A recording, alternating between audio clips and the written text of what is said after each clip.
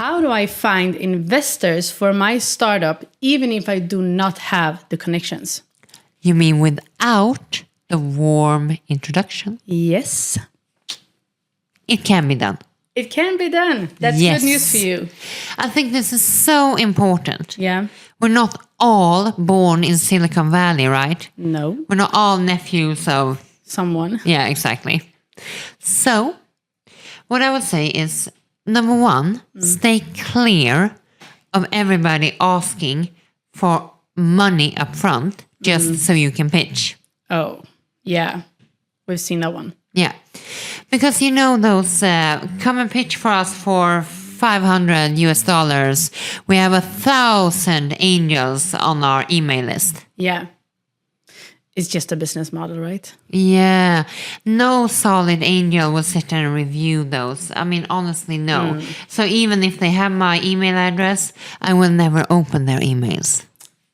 Yikes. Yeah. So I always feel bad for the starving founders who are paying for those events. Pro tip. Pro tip, stay clear. Yeah. Number two, you can find a professional fundraiser. Wow. And the good ones are incredibly good. The good ones are so good, and often they are angel investors themselves, actually. And the good ones will not ask for money up front. Again. Okay. Yeah. Good to know. So don't pay a fortune at the chance of them providing you an investor. But if they say, okay, I have a network, I like your product, I can try for half a year, and if I succeed, I get a commission of 5%. Yeah. It's a win-win. So I would recommend those, and of course, see the track record. What can they tell you? What can they share? Really And good. you feel the vibe also. Yes, Yeah. you do. Yeah, and they should not be exclusive, so you can go to others as well. Okay. Because otherwise, you might be in trouble. We don't want that. No. No.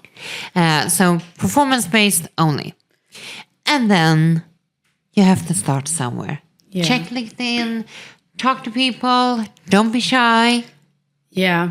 Pro tip, don't be shy. It can be at the gym, Yeah. right? Somebody has a startup, somebody invested, somebody has a brother, you know. And people actually want to help if you just express what you are doing. And acknowledge them, make Yeah. them feel special. I mean, wow. I mean, as a lawyer, I mean, the feeling of helping clients, I know. So ask people to help and see them for what they are, and they will love to help you. Wow. So there is a way to get investors without all the connections. We all start from somewhere. For sure. So rock on with that. If you're seeking investors, well, use this pro tips. And remember, this is not legal advice, as always. We're in your corner. We're in your corner, exactly. Like and subscribe to our channel, and until next time. Hej då! Hej då!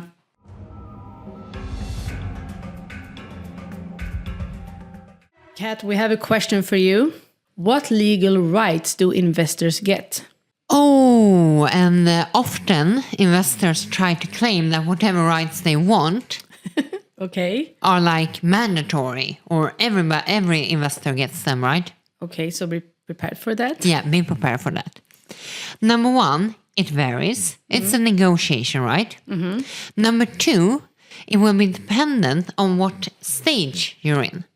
Okay. So the first small business angel, they should not get veto rights, control rights, the way they can control you in the company, or preference rights or downside protection, which means if the company goes south, Yeah. they have better protection than you. Oh. I say no if there's angel investors involved. Okay. However, if we're talking VC or bigger investor, they most likely will want preference shares, protection, and veto rights. And that's fair, because if I'm putting in $3 million US into your company, I haven't met you for more than 6 weeks. I might want to know that I can control certain core decisions so you don't take my money and run off and do something else, right? Start a surfing school in Bahamas instead, right? Exactly. Yeah, so that's fair. I mean, that's basic. So what stage? It is a negotiation. If an investor tries to be too pushy, take a step back. Text us, ask a question, is Yes, this normal? of course. Or ask your lawyer, check Google. I mean, you can ask ChatGPT, but you get some crazy answers still. So be mindful, be careful, but do your research. That's really good to know, and thank you for sharing that. Thank you.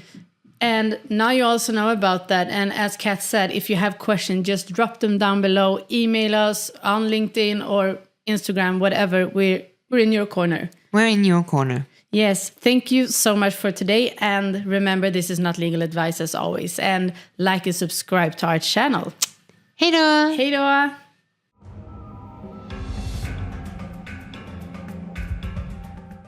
Welcome back to the studio. We are sitting down with our business lawyer, Kat. Hello. And we have a question today as well. I'm very curious about this one.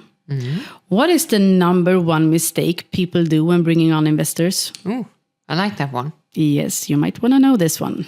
I would say easy. It is? Yeah. You focus too much on the valuation and you celebrate pushing the valuation high and you forget to understand the deal terms. Ooh. That might be even more important for you, even financially. Yeah. And you forget to really assess the investor. Really understand that it's a long-term commitment. I mean, this is a marriage. Yeah. And you cannot get a divorce if you want it one-sidedly. Oh, no, think about that. Yeah. So that's tough. Yeah. So I would say, make sure you understand dilution. What are you giving up today? What are you giving up in the future? What are the terms? Can they demand to have a right to invest more and protect their stake, even if you want to bring in someone else, for instance? Called pro rata protection. They can take their portion or even more. Oh. And do they want different shares than you? Do they want preference shares? What type of preference shares? That means that they get their investment back before you have a chance to get anything. So even if you have more percentage in the company, you have a right to zero until they get their portion back. Yes, and we have an episode about preferred shares. Really, really important.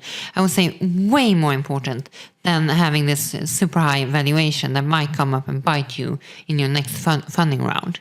Okay, so remember preferred shares. Yeah. And lastly, control rights. Yeah. Yeah. That is where your real protection is as a founder. Yeah. So what are they demanding? Is it veto rights that they have a right to say no? Or even control rights that they get to decide? Can they replace you? Do you have a position as the CEO? Should you be replaced, etc.? Right? Yeah, that could be a big mistake. Exactly. And it might be fine. They might be a big investor and you might need it. And it might be fair. But know what you're doing. Know what to look for. So shareholders agreement, deal terms, term sheet. Get into the details because this is your baby and your future. Thank you so much. This is why we are doing this on the channel, to share this, valuable knowledge. Really based on what mistakes we've seen. Yeah. And that we really want to just give a shout out and try to help. Yeah, thank you. And remember, it's not legal advice, it's knowledge sharing as always. So now you know about the number one mistake. That's it for today, guys. And be the sharpest one in the room. Follow and like and subscribe to our channel. Bye. Hej då. Hej då.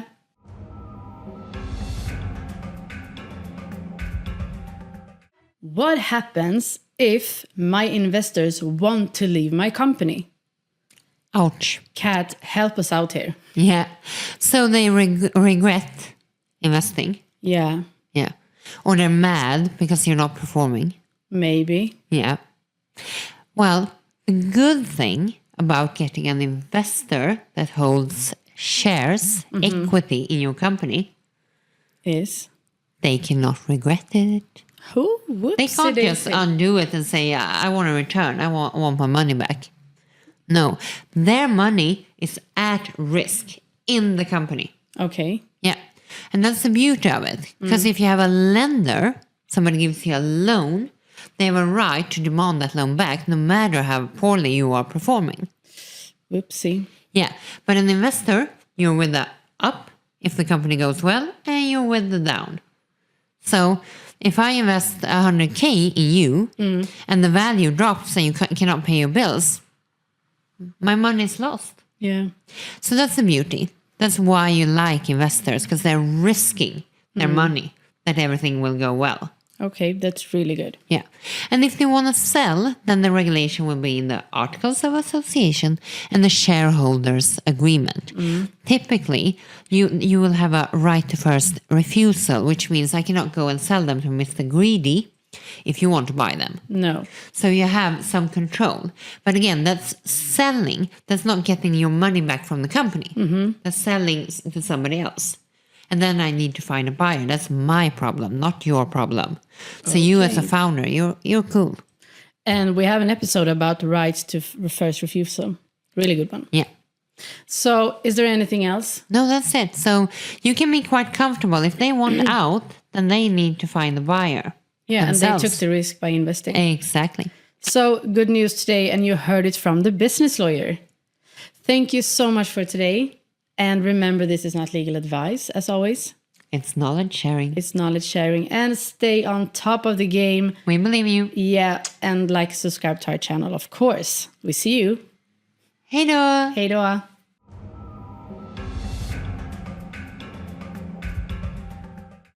What if I miss the milestones I promised the investors? Can they sue me for that? Ooh. I mean, you have the best, most important questions, really. Thank you. Yeah, no, super important. So, not hitting your milestones, we're talking about, when you show the investors your deck and you show next year you're going to do X in revenue, you're going to product develop, you're going to have a result, you're going to have employees, all of those milestones. Yeah, the dreamy ones. Yep. Well, if you miss them, basically, it's okay. They can be mad, they can be disappointed, but typically, you will not have any legal consequences. Okay. However, that comes with you being very clear that these are assumptions only. Yeah. If you cross the border, and I see it happen more often than you will believe, where you start exaggerating or even lying. I know it sounds like I wouldn't, but what happens is that, I have that contract, I have those customers, but you don't really have the contract. Yeah. You had a great conversation. And then, it's snowballing. So lying, then we could be talking fraud. Oh. So, yeah. So you can be bullish in your assumptions, in your prognosis, but you have to be super clear with the investors that you are on a guessing game. And never ever lie or exaggerate, saying, we have that patent, or we're unique, if you're not. Transparency. Yeah. A bit scary, and I won't freak you out, so you stay clear of actual fraud or some investor trying to sue you because they feel that you are not honest and they put their hard-earned money into you. Yes. So important to know about this. Serious. Yeah. Serious business. Really good. And thank you so much for sharing that. Thank you. And until next time, rock on with your businesses, stay on top of the game, and like and subscribe to our channel, of course. Yeah. And it's not legal advice. Be honest. Yeah, and be honest. Pro tip number 1, be honest. Yeah. Hej då! Hej då!